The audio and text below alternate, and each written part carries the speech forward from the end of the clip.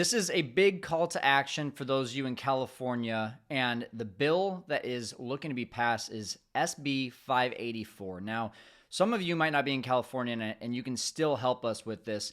If you are an STR, a short-term rental operator, this is a very big deal for those of you that live in California, including myself. I want to talk about what this bill is. I want to talk about the impact it's going to have. And for those of you that are saying, hey, I'm opposed to short-term rentals, do me a favor and just watch this quick video before you make your decision. Listen with an open mind, and let me just go ahead and show you all the details, all the facts that go into this bill.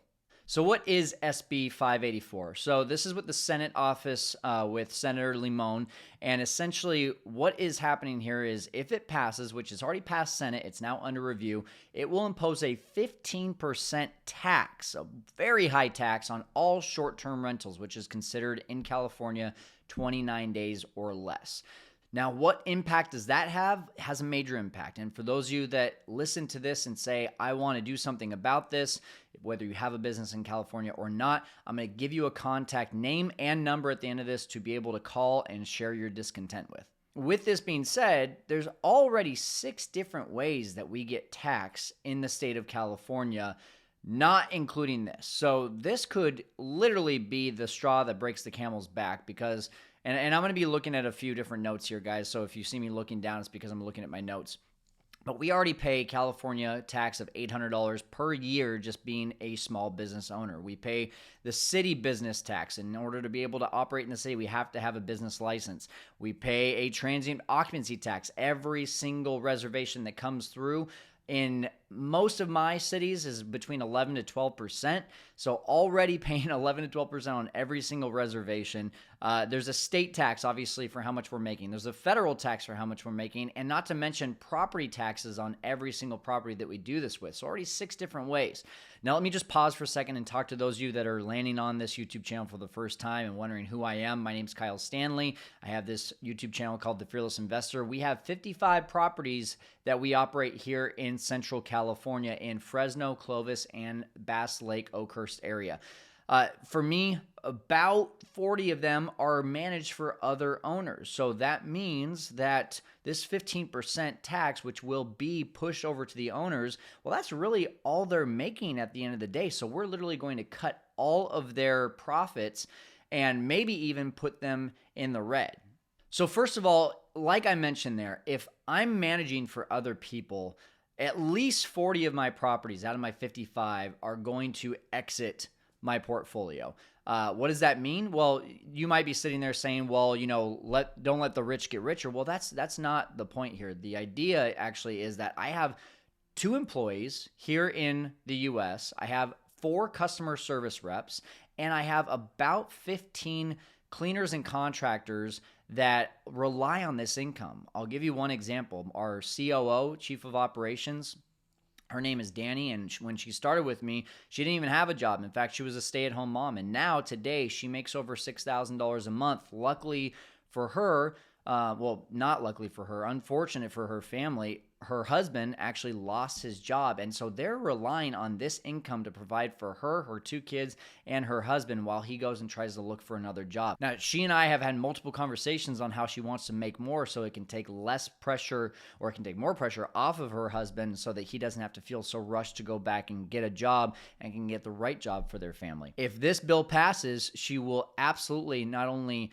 lose that position, but she may only be able to stay on as our only employee and would likely only make about $1,000 or $2,000 a month, not nearly enough to be able to support her family. Many of our cleaning contractors were their number 1 clients. So for these cleaning contractors that make $2,000, $3,000 a month from us, that's sometimes over 50% of their income, and they'll likely either have to A, cut back on how many people that work for them, B, they'll have to just go ahead and shut down their business, or they'll have to go look for new business, which there won't be much out there because there will be a ton of supply of cleaners who have been left jobless and not nearly as much demand with a lot less Airbnbs and short-term rentals in the area. And one of the things I think this bill is greatly overlooking is the impact it's going to have on small town economics. So places like Morro Bay and Cayucas, California, these small beach towns, Bass Lake, California, where we operate, All of these houses that are purchased in these areas are typically second homes that people purchase and then set them up as short-term rentals. And then all of these vacationers come in and flood all this money into these small towns, and these small towns rely on all this income in this small period of time. So for example, in Bass Lake, California, about 80% of our business is done in the months of May, June, July, and August. So about a third of the year makes up for 80% of the income. Now, if this 15% bill is passed, there's no doubt that most of these owners will say, well, it's just not worth the headache for me. I'm not going to make as much money. Let me turn this into a long-term rental, or let me go ahead and sell this property. What's really going to happen is these boat rental places and, the restaurants in town and the mom and pop shops that rely on all of this business that comes in this 4-month period, they're going to go out of business too, because there's not going to be nearly as many people traveling. Plus, in these areas, there's very few hotel accommodations, not really a big hotel area. So all of these short-term rentals have been the main source of these economies. Now, I know what some of the naysayers are saying right now, and that might be you, and that's okay, but really you're saying, well, affordable housing. The reason that they're doing this is they want to create more affordable housing. So if more Airbnbs and short-term rentals leave, then of course that means that more of those will turn into long-term rentals. And for that reason, rents will come down, yada, yada, yada. I know you're thinking that, but let me give you some actual numbers, because I did the research on this, not just now, but months and months ago, when a lot of people were barking at short-term rentals as being the cause for affordable housing no longer being an option. So let's just take my town, Fresno, California. There are 180,000 single-family homes in Fresno, California. Guess how many Airbnbs and VRBOs there are? 894. That makes up for 0.5 of a percentage point for Airbnbs compared to homes. Literally, there are 200 times more of long-term rentals than there are short-term rentals, okay? Let that sink in for a second, because if this was 10%, 20% of homes, yeah, that takes a lot of supply off of the market and turns them into short-term rentals, which means demand goes up, and that's why rents go up. But that's not the case here. The case here is that literally only 1 out of every 200 homes in Fresno is a short-term rental. That's not enough to make a dent in the supply and demand and increase rents. Same goes for Los Angeles. Look at these numbers. 1.54 million homes in Los Angeles, only 11,289 according to AirDNA on Airbnb. That's 0.7% in Los Angeles. And in San Diego, 549,000 homes, 10,713 on Airbnb, almost 2%, which actually is a much higher number than the others, but still, that means only 1 out of every 50 homes in San Diego is a short-term rental. So if you're against this bill, whether you're in California or not, we need to attack this like an army. And so every single phone call matters. The phone number for this office, Senator Limon's office, is 916-651-4019. It just flashed up on your screen, and I'm also going to put it in the description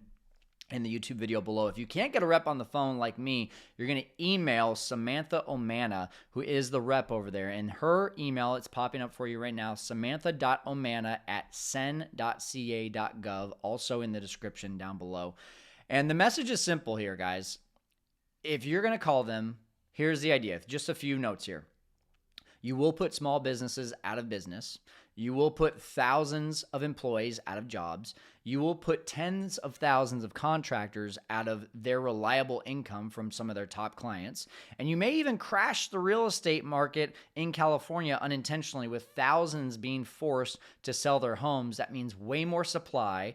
And if demand is not there because of where the interest rates are at, then you're going to see prices on real estate come down dramatically in California. This is not good, guys. This is not good. So if you feel strongly about this, do us a favor. Just go back down to the description and contact Senator Limon's office. Samantha Omana, once again, is the contact there. Hopefully you also share this video with someone else in California and help them be a part of this army, be a part of this mission to get this bill denied by the Senate. That would be the ultimate. Thank you for taking a look at this, and looking forward to seeing what we can do together.